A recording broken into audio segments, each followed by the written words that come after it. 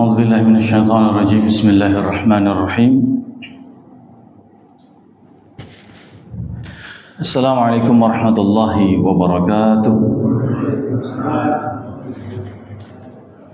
الحمد لله رب العالمين والعاقبة للمتقين ولا عدوان إلا على الظالمين أشهد أن لا إله إلا الله وحده لا شريك له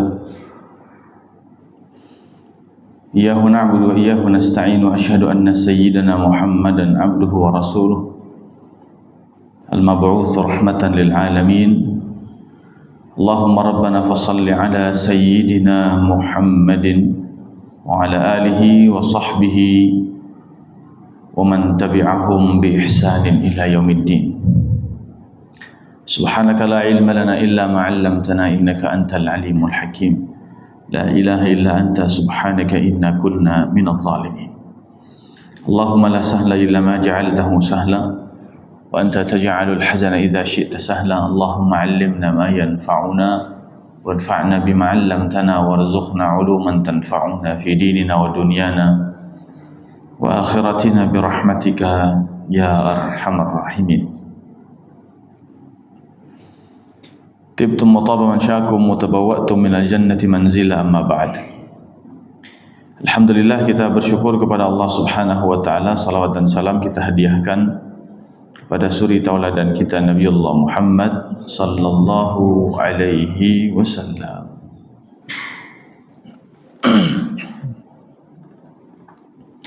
Jamaah sekalian yang dimuliakan Allah Subhanahu wa taala, kita lanjutkan bab tentang maja'anna al-insan yabla wa ya'kuluhu at-turabu illa 'ajabu adh-dhanb,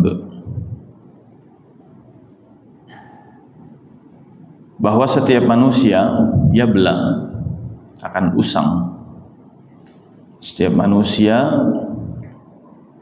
akan habis, tidak ada yang tersisa. Semua ya'kuluhu turab, dimakan sama tanah, kecuali hanya ujung tulang ekor saja, bagian ujung dari tulang ekor. Ini sebagaimana yang disampaikan oleh Nabi sallallahu alaihi wasallam, diriwayatkan dari Abu Hurairah, Al-Imam Muslim dan Ibnu Majah. Qala Rasulullah sallallahu alaihi wasallam, "Laisa minal insani syai'un illa yabla." Tidak ada satu pun tersisa dari manusia kecuali semuanya akan habis. Baliyah, menjadi usang. Ya, tidak ada bentuknya, tidak utuh, rusak. Ya. Biasanya kalau kita merujuk kepada hadis Nabi tentang apa yang ada di dunia ini adalah hanya tentang apa yang kita makan, illa ma akaltahu fa afnaita. Ya, yang kita makan jadi kotoran. Kemudian yang kita kenakan fa ablaita, ya, menjadi yabla, menjadi usang, ya, pada akhirnya menjadi rusak, berkurang fungsinya, berkurang kualitasnya, ya, bahkan kadang sudah tidak terbentuk atau sudah tidak berbentuk lagi. Itu semua yang kita pakai di dunia begitu. Maka semua daripada jasad ini pun seolah sudah selesai tugas untuk dipakainya di dunia, maka masuk ke dalam kubur dia yafna atau yabla, dia akan rusak, dia akan usang, ya. Atau jangankan kita masuk ke dalam kubur, Pak, kita masih ada di atas dunia ini saja, kalau anggota tubuh kita ini tidak kita gunakan, apa yang terjadi? Usang juga, ya. Betul nggak? Ya. Kaki lama nggak dipakai jalan, apa yang terjadi pada kaki? Rusak dia. Ya. kemudian otot tidak digunakan, apa yang terjadi? Wah, kram. Ya. Diajak main badminton sekali, 2 pukul, give up udah, nyerahannya udah. Ya. Kok raketnya berat banget ya? Padahal raketnya itu aja. Kenapa? Karena ototnya nggak dipakai. Mobil nggak dipakai-pakai, ujungnya apa? Ya. Rusak kan? Minimal starternya pas lagi dihidupin, ya nggak naik-naik dia itu, cekit gitu ya, nggak naik-naik, nggak mau ngegas. Ya, rumah nggak dipakai-pakai, rusak juga. Sekian tahun, sekian lama ditinggal, balik-balik ke rumah, plafon copot, kayu rayap, kusen juga jebol gitu kan, ya, kaca berjamur, usang, rusak karena nggak dipakai. Nah, badan kita ketika di dalam kubur dipakai tidak, Pak? Oh enggak. Kita nggak pakai badan kita di dalam kubur.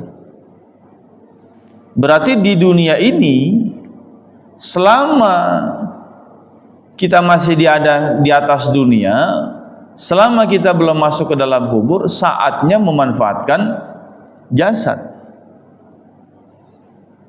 Karena ada saatnya nanti di mana jasad kita udah nggak bisa kita manfaatin lagi, nggak bisa dipakai lagi, buang apa-ngapain nggak bisa. Mau baca Quran nggak bisa, cuman ngandelin dikirimin doang begitu ya. Al-Fatihah, Masya Allah, ya. Yasin, ya, ma qara'tuhu minal Quran nuhdiha li siapa, kita hadiahkan kepada fulan bin fulan bin fulan. Ya, salat di dunia saja. Kita pakai jasad kita ini ya di dunia inilah. Punggung masih bisa tegak, otot masih bisa kita ya gerakkan gitu ya, tulang belulang kita masih bisa kuat menopang, kaki masih bisa mengayun melangkah, tangan masih bisa kemudian memegang, menggenggam dan seterusnya, lisan, telinga, semua. Karena ketika Nabi menyebut bahwa laisa minal insani syai'un illa yabla, ya, semua ketika sudah tidak berfungsi, dimasukkanlah jasad ke dalam tanah, tidak ada satupun dari manusia, anggota badannya, anggota tubuhnya, jasadnya akan tetap tersisa utuh dan berfungsi dengan baik, kecuali yabla, kecuali semuanya akan usang. Illa azmun wahid, kecuali hanya satu tulang saja, dia yang akan tetap utuh, terjaga, artinya dia tetap punya aktivitas menjaga orisinalitas itu. Ya, rahmukallah. Ya. Tulang itu masih beraktivitas menjaga DNA kita supaya tetap utuh. Ya. Yang kemudian Nabi menyebutnya sebagai wahwa ajbuz za'ab atau ajbuz zi'ab, ya, yaitu pangkal dari tulang ekor atau ujung dari tulang ekor. Wa minha atau wa minhu yurakkabul khalqu yaumal qiyamah. Darinya lah setiap ciptaan dan makhluk akan disusun ulang kelak pada hari kiamat. Dalam hadis yang lain, kullu ibni adam yakuluhu turabu illa ajbuz dhi'ab minhu khuliqa wa minhu yurakkab. Semua Bani Adam manusia akan dimakan habis oleh tanah kecuali satu tulang saja, darinya dulu diciptakan dan darinya akan disusun ulang. Kita diciptakan dari tulang itu. Tentang kita, bentuk fisik dan seterusnya. Maka dibangkitkannya kita sesuai dengan seperti apa kita diciptakan pertama. Nah, kalau gitu ada pertanyaan, Pak. Bagaimana dengan orang yang ketika hidup di dunia Allah ciptakan dalam kondisi buta? Kalau dari situlah diciptakannya dulu buta dan dari tulang itu pula akan Allah susun ulang, apakah diciptakannya kembali menjadi buta? Apa jawabannya, Pak?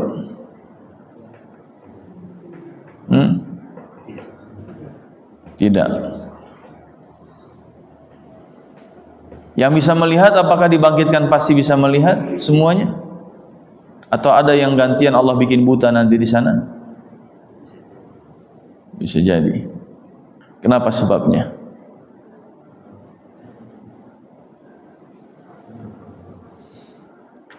Lima hasyartani a'ma wa qad kuntu basira.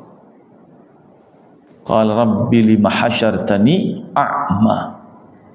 Ya Allah, kenapa engkau membangkitkanku dalam kondisi buta, padahal dulu di dunia aku bisa melihat? Apa sebabnya? Atatka ayatuna fanasitaha wa kadzalikal yauma tunsa. Sebab dulu di dunia telah datang kepada engkau, telah datang kepadamu ayat-ayat kami, tapi engkau tidak peduli, engkau mendustakannya, engkau mengingkarinya. Maka hari ini giliran akulah yang melupakanmu. Dikasih cahaya di dunia tidak dipakai, ya sudah, di sini dibikin gelap-gelapan alias buta. Al-Quran yang diturunkan tidak kemudian diambil, bahkan dilemparkan ke belakang punggung mereka.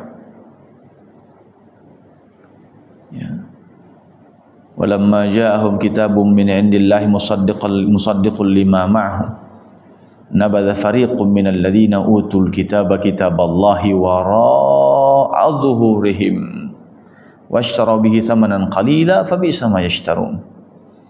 Ketika datang kitab dari sisi Allah Subhanahu wa taala yang membenarkan apa-apa yang ada di mereka, yang ada pada mereka. Nabadha fariqun minal ladzina utul kitaba kitaballah wara'a zuhurihim. Sebagian mereka mengambil kitab itu dan dilemparkan di belakang punggung mereka. Ya, artinya Al-Quran atau kitab-kitab itu dibuang begitu saja, tidak mau diterima, tidak diambil. Sebaliknya, kalau matinya tidak punya tangan, apakah nanti kemudian dibangkitkan juga nggak punya tangan, Pak?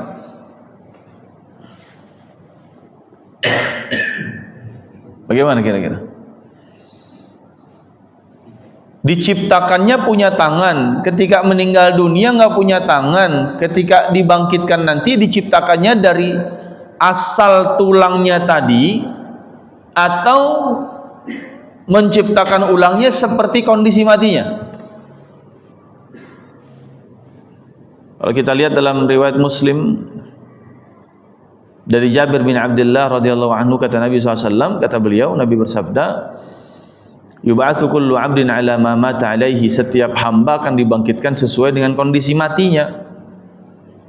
Matinya nggak punya tangan, padahal diciptakannya punya tangan. Kira-kira dibangkitkannya punya tangan tidak? Kan dari tulang itu tadi diciptakan ulang, dari tulang ekor tadi, yurakkabul khalqu yaumal qiyamah, disusun ulang dari situ. Darinya diciptakan pertama kali, dari situ juga diciptakan ulang, disusun ulang. Harusnya berarti karena awal penciptaannya adalah punya tangan, harusnya ketika diciptakan ulang punya tangan. Bagaimana dengan Ja'far bin Abu Thalib, sepupu Nabi sallallahu alaihi wasallam? Antara tahun 6 sampai tahun 8 Hijriah beliau pulang dari Habasyah ke Madinah, bertemu dengan Rasul sallallahu alaihi wasallam. Karena beliau termasuk yang ditugaskan Nabi memimpin sahabat-sahabat yang hijrah ke Habasyah. Sehingga hijrah ke Madinah nggak ikut itu. Datang ke Madinah sudah sekitar tahun 6, 7 atau 8 Hijriah. Ketika datang ke Madinah, perjanjian Hudaybiyah terjadi, kemudian Fathu Mekah terjadi, terjadilah setelah itu perang Tabuk. Dan Rasul sallallahu alaihi wasallam menugaskan Ja'far untuk sebagai salah satu komandan perang. Dan terjadilah apa yang terjadi, beliau kehilangan dua tangannya. Sebagai pemimpin pasukan tentu megang bendera. Benderanya dipegang pakai tangan kanan dia ditebas, putus. Sebelum bendera jatuh langsung digapai dengan tangan kirinya. Terus agar menandakan perang masih berlangsung, kaum muslimin belum kalah. Bendera di tangan kirinya pun ditebas, putus lagi. Kemudian dikepit dengan kedua tangan yang masih tersisa di bagian dadanya, sampai kemudian syahid. Nah, Rasul sallallahu alaihi wasallam mengabarkan, aku saksikan dalam mimpi bahwa sepupuku Ja'far sedang terbang-terbang di surga dan Allah berikan sayap untuknya. Tangannya nggak ada, tapi keliling surganya pakai sayap. Allah ganti tangannya dengan sayap. Artinya dibangkitkannya sesuai dengan kondisi meninggal dunia nggak punya tangan. Maka menyusun ulang ya dari pangkal atau ujung tulang ekor tadi, apakah ketika diciptakan pertama punya mata atau tidak punya mata, punya mata bisa melihat atau tidak bisa melihat, punya mata dari awal lahir sampai akhir meninggal dunia pun, bagaimana proses dibangkitkannya, itu wallahu a'lam bishawab. Kita nggak bisa memastikan dia begini pasti nanti diciptakannya begini lagi ya. Karena masalah kebangkitan itu masalah keadilan Allah. Ada orang yang mungkin nggak punya kaki selama di dunia, rajin ke masjid. Buat Allah nggak susah untuk ngasih kakinya lengkap untuk ke surganya, dia bisa keliling bebas di sana. Kemahaadilan Allah. Ya. Abdullah bin Ummi Maktum, sang tunanetra, sahabat Nabi yang tunanetra, jadi muadzin, bergelap-gelap buta, kemudian di subuh, di setiap waktu subuhnya mengumandangkan azan pertama, azan keduanya itu azannya Bilal, azan pertama azannya Abdullah bin Ummi Maktum.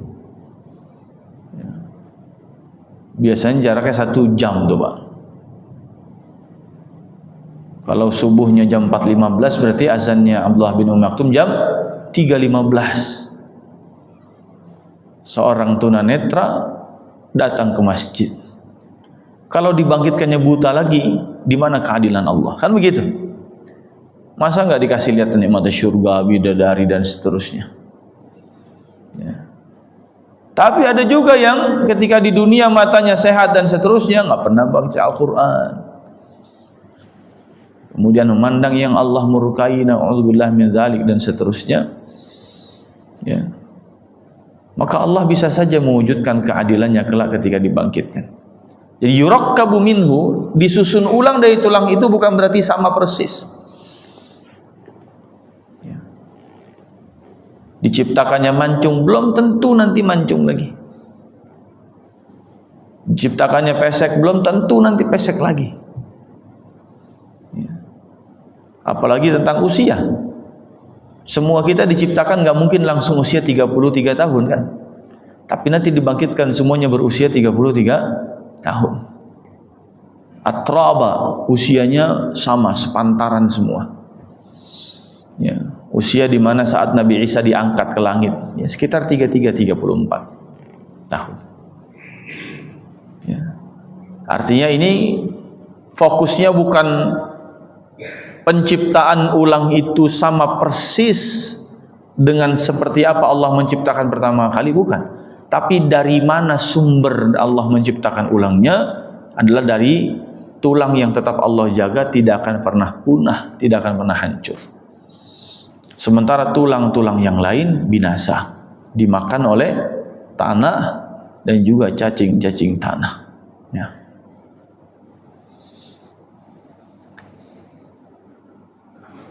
Kemudian jemaah sekalian yang dimuliakan Allah Subhanahu wa taala, wa qila huwa ra'sul as'as. Kama rawahu Ibnu Abi Dawud fi Kitabil Ba'ts min hadits Abi Sa'id Al-Khudri qila ya Rasulullah wa ma huwa? Ajbu dza'ab itu apa ya Rasulullah? Qala, beliau menjawab, mithlu habbati khardalin minhu tansha'un atau tunsha'un. Ya, gedenya seperti habba khardal, seperti biji sawi kecil. Ya. Hanya bagian ra'sul as'as, bagian ujungnya, kepalanya saja, bagian pangkalnya. Ya. Tulang ekor bagian ujungnya. Besarnya seperti habba khardal, seperti biji sawi, ya. Ya, sekecil itu saja. Itu chipnya, ya, memorinya di situ.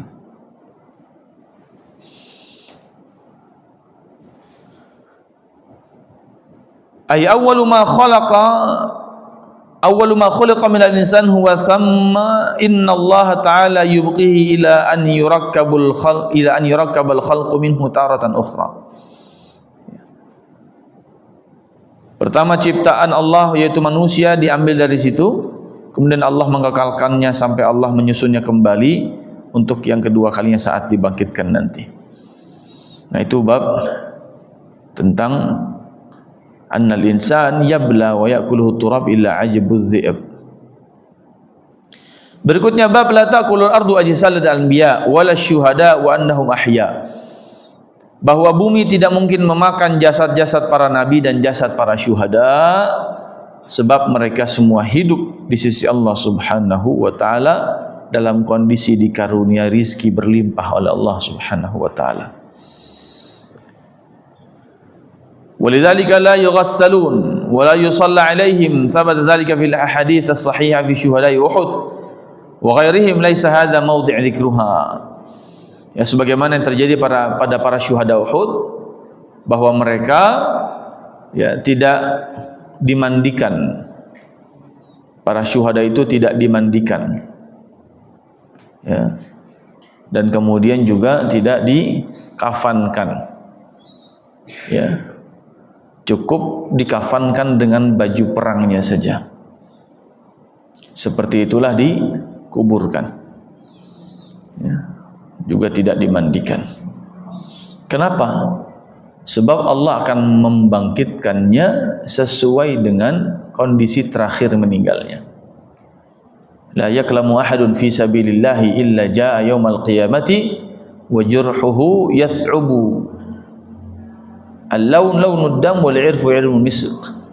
Wal 'irfu 'irful misk. Tidaklah ada seseorang yang terluka di jalan Allah kemudian dia mati, wafat, syahid, kecuali kelak akan datang pada hari kiamat dalam kondisi lukanya masih menganga, lukanya masih basah, dan warna lukanya seperti warna darah merah segar, dan baunya bau kesturi surga. Ya, lukanya masih menganga, luka basah, warna lukanya masih merah, dan baunya bau kesturi surga. Ya. Jadi Allah tidak akan membiarkan luka para syuhada mengering, apalagi sampai membusuk, apalagi warnanya sampai berubah, tidak. Nah, oleh karena itu, untuk menjaga keutuhannya, maka jasadnya tidak boleh disentuh siapapun. Bumi tidak boleh menyentuh jasadnya, apalagi sampai memakan jasadnya. Merusak saja nggak boleh. Sebab Allah yang memastikan akan menjaga jasadnya utuh seutuh-utuhnya. Bahkan darahnya pun masih mengalir. Dua orang sahabat Nabi, ini dikutip oleh Imam Ibnul Athir dalam kitabnya Usdul Ghabah. Ada dua orang sahabat Nabi, kedua-duanya itu ikut perang Badar. Kemudian syahid, terbunuh di perang Badar. 40 tahun kemudian, tahun 42 Hijriah, terjadi pembongkaran makam di zaman Khalifah dinasti Umayyah. Terjadi pembongkaran makam, termasuk yang dibongkar adalah dua makam syuhada Badar ini. Kemudian ketika dibongkar makamnya, ternyata lukanya benar-benar masih menganga dan masih mengalir, darahnya masih mengalir. Padahal peristiwa sudah 40 tahun. Ya, sejak peristiwa Badar tahun 2 Hijriah. Darahnya masih mengalir. Segar, warna merah. Lukanya pun masih basah. Jadi bumi tidak boleh menyentuh itu. Cacing-cacing tanah nggak akan nyentuh. Ya. Tanah-tanah nggak akan melongsorkan dirinya untuk kemudian menimbun dia. Dijaga utuh sama Allah Subhanahu wa taala. Ya. Kemudian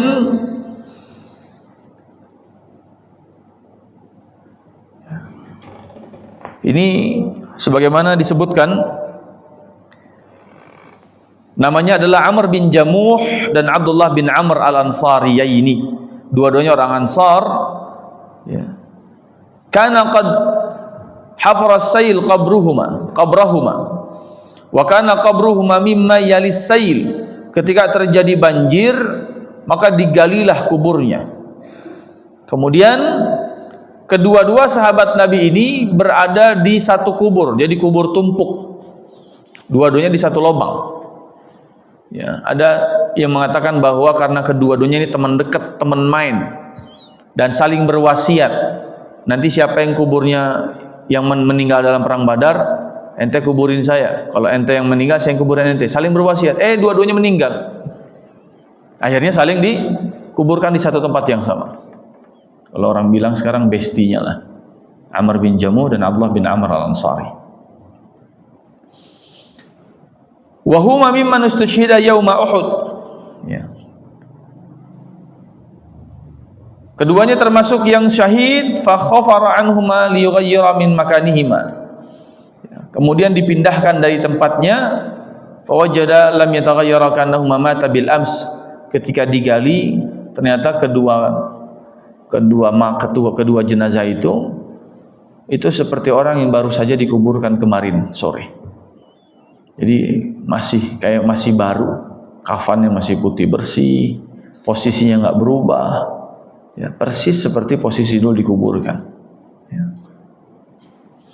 Ini dalam kitab Tazkirah. Kalau dalam kitabnya Usulul Ghabah, tadi dalam kisah perang Badar. Ya. Wa kana ahaduhuma qad jarha fa wada'a yadahu ala jurhi. Yang satunya itu terluka dan meletakkan tangannya di bagian lukanya, dan tangannya persis masih di situ. Ada sudah 42 tahun. Ya.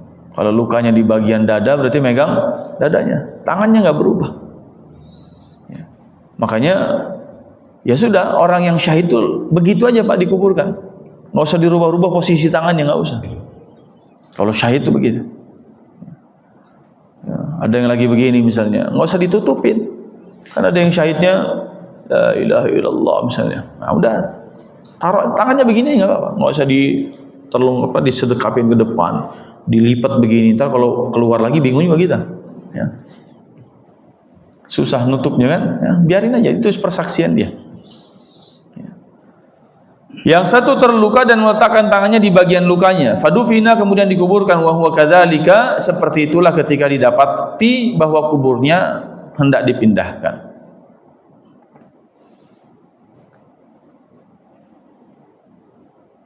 Kemudian aku mencoba untuk menutup bagian jarinya tadi, yang bagian tangannya yang menutup lukanya. Summa arsalat faraja'at.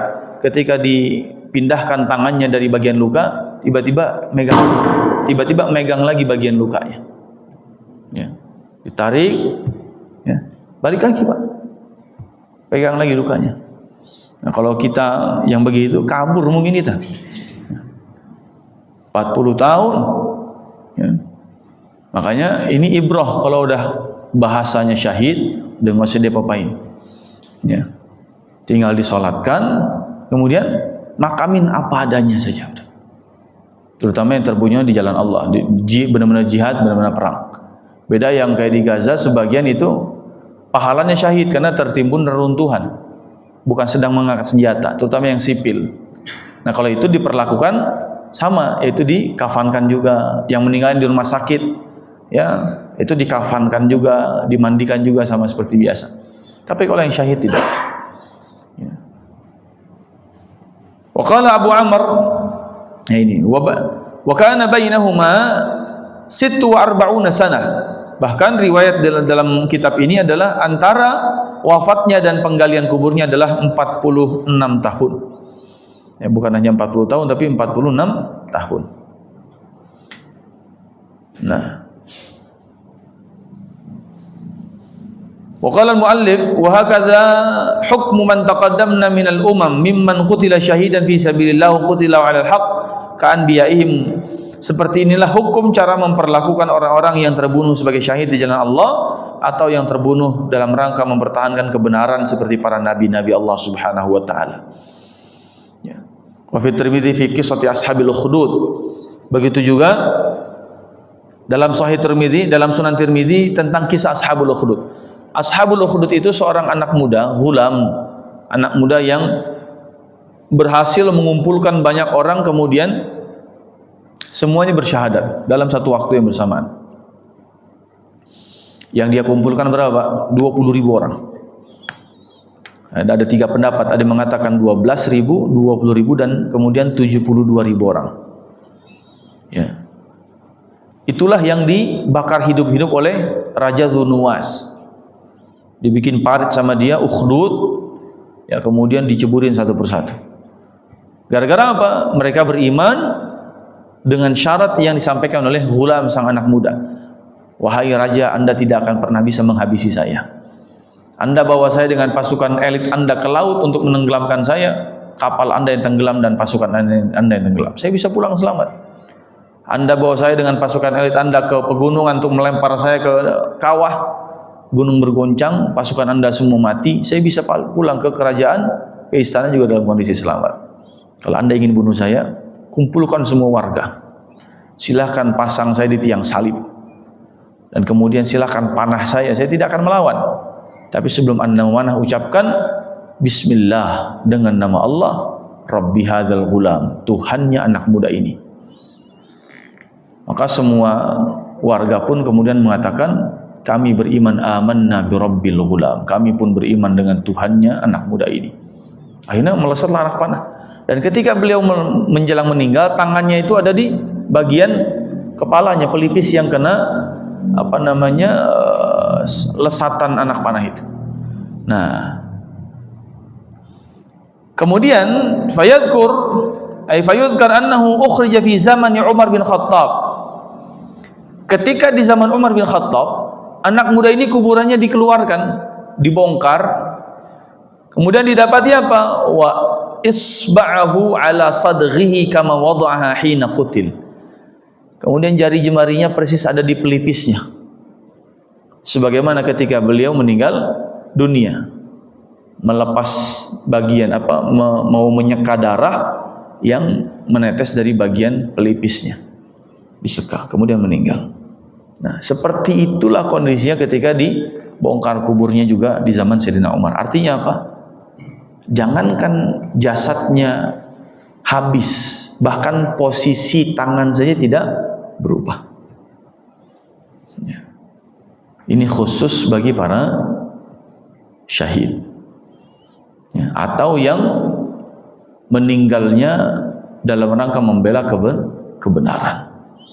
Ya, sebagaimana anak muda tadi, dan sebagaimana Amr bin Jamuh dan juga Abdullah bin Amr al-Ansari radhiyallahu anhuma, 2 orang sahabat Nabi yang syahid, ya, di perang Uhud, ya. Baik. Kemudian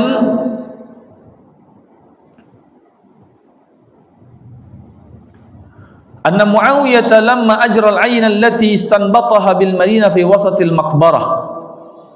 Ya. Muawiyah pernah ingin mengalirkan mata air, ya, yang ada mata airnya ini di tengah-tengah pemakaman. Jadi pengen dialirkan, pengen dialihkan aliran air itu. Maka wa amara an-nas bi tahwili mautahum, supaya air ini tidak menggenangi pemakaman. Muawiyah memerintahkan kuburan yang ada di situ dibongkar semua, pindahin semua dah, supaya air ini bisa ditampung dengan baik dan seterusnya, bisa lebih bermanfaat. Maka dibongkarlah kuburan. Wa dzalika fi ayyam khilafatihi wa ba'da al-jamaah bi'awam. Wa dzalika ba'da Uhud binahwin min khamsina sana. Kejadian setelah perang Uhud yaitu 50 tahun. Ya. Fawajadu ala halihim hatta anna al-kull ra'awil masahha wa qad asabat qadam Hamzah ibn Abdul Muttalib fasala minhu dam.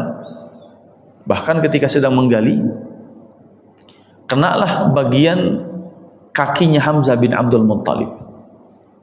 Jadi di area syuhada Uhud ya ada air yang mengalir, kemudian mau dipindahin makamnya, disuruh bongkar. Ketika mulai gali, kenalah qadamnya Hamzah, ya, bagian kakinya Hamzah bin Abdul Muttalib. Fasala minhu dam, dan kemudian mengalirkan darah. Ya, darahnya masih mengalir seperti orang hidup yang kalau terluka pasti mengalirkan darah. Wa anna Jabir bin Abdullah akhraja abahu Abdullah bin Haram ka'annama dufina bil ams. Jabir bin Abdullah juga mengeluarkan ayahnya Abdullah bin Haram. Ketika dikeluarkan itu seperti baru mati kemarin, padahal kejadiannya sudah 50 tahun. Pembongkaran kuburan di zaman Muawiyah ini. Wa hadza ashhur fi syuhada min an yahtaj fihi ila al-iktsar, dan cerita-cerita ini banyak sekali terkait dengan wafatnya para syuhada. Begitu juga cerita tentang kafat ahli Madinah.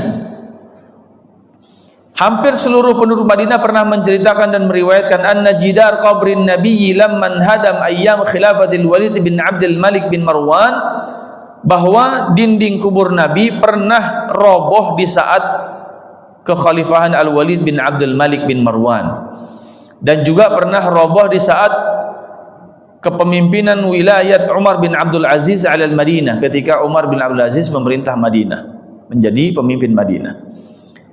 Badat lahum qadam, ketika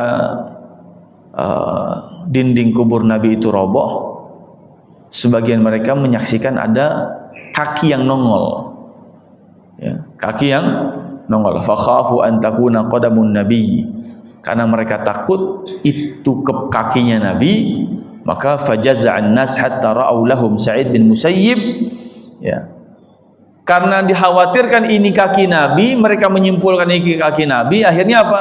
Pada khurafat, Pak, ya, dipegang-pegang atau bagaimana, ibaratnya kuburan roboh kemudian ada kaki nongol, dan itu tahu itu kuburnya Nabi SAW. Kalau di Indonesia diapain kira-kira, Pak? Indonesia ke Jabal Rahmah aja tanahnya dibawa pulang gitu ya, bawa botol masukin tanahnya bawa pulang ke Indonesia, ya. Ustadz, boleh nggak kalau kita umroh ntar kiswahnya kita gunting dikit, siapa yang bawa buat tabarruk katanya, ambil berkah. Ya, batu-batu Jabal Rahmah dibawa juga katanya, supaya rumah tangga saya akur sama istri gitu ya, di pertemuan Adam dan Hawa. Masya Allah, ya, khurafat akhirnya. Nah, kalau saja misalnya ketahuan itu kaki Nabi SAW, maka Sa'id bin Musayyib kemudian mengatakan apa? Bahwa itu bukan kaki Nabi. Anna jisadul anbiya la tuqimu fil ardi aktsar min 40 yawman thumma turfa. Ingat bahwa jasadnya para nabi tidak akan dibiarkan berada di dunia ini kecuali hanya sebatas 40 hari, setelah itu diangkat. Kalimat Sa'id bin Musayyib ini adalah dalam rangka agar orang-orang tidak fokus kepada menyimpulkan ini kaki Nabi Muhammad sallallahu alaihi wasallam. Udah, ente enggak usah anggap itu kaki Nabi dah. Anggap aja kaki orang. Sebab semua jasad para nabi sudah diangkat ke langit dan hanya disisakan 40 hari saja di dunia ini. Ya. Kemudian disampaikan, Ja'a Salim bin Abdullah bin Umar bin Khattab fa'arafa annaha qadam jaddihi Umar. Oh enggak, itu kakinya Umar katanya. Ya, bukan kaki Nabi sallallahu alaihi wasallam. Tapi wallahu alam, ya, bisa jadi kaki Rasul, tapi semata-mata untuk menghalangi orang supaya tidak berbuat yang tidak sepatutnya terhadap jasad baginda Rasul sallallahu alaihi wasallam. Intinya adalah jasadnya utuh, buktinya kakinya utuh. Nah, Ini masuk dalam bab yang sama. Demikian yang bisa saya sampaikan. Mudah-mudahan Allah takdirkan kita juga termasuk yang jasadnya Allah utuhkan, ya, jangan sampai dikubur baru sehari udah habis jasad kita juga, ya. Nauzubillahi min dzalik. 100 tahun jasad masih utuh, dibongkar kuburannya kita masih senyum, ya. Meninggalnya lagi azan, masya Allah, dikuburin lagi tangannya begini kan, dibangkitin nanti tangannya juga begitu. Aku qouli hadza wa astaghfirullah li wa lakum subhanakallahumma bihamdika asyhadu an la ilaha illa anta astaghfiruka wa atubu ilaik. Wabillahi taufiq wal hidayah. Assalamu alaikum warahmatullahi wabarakatuh.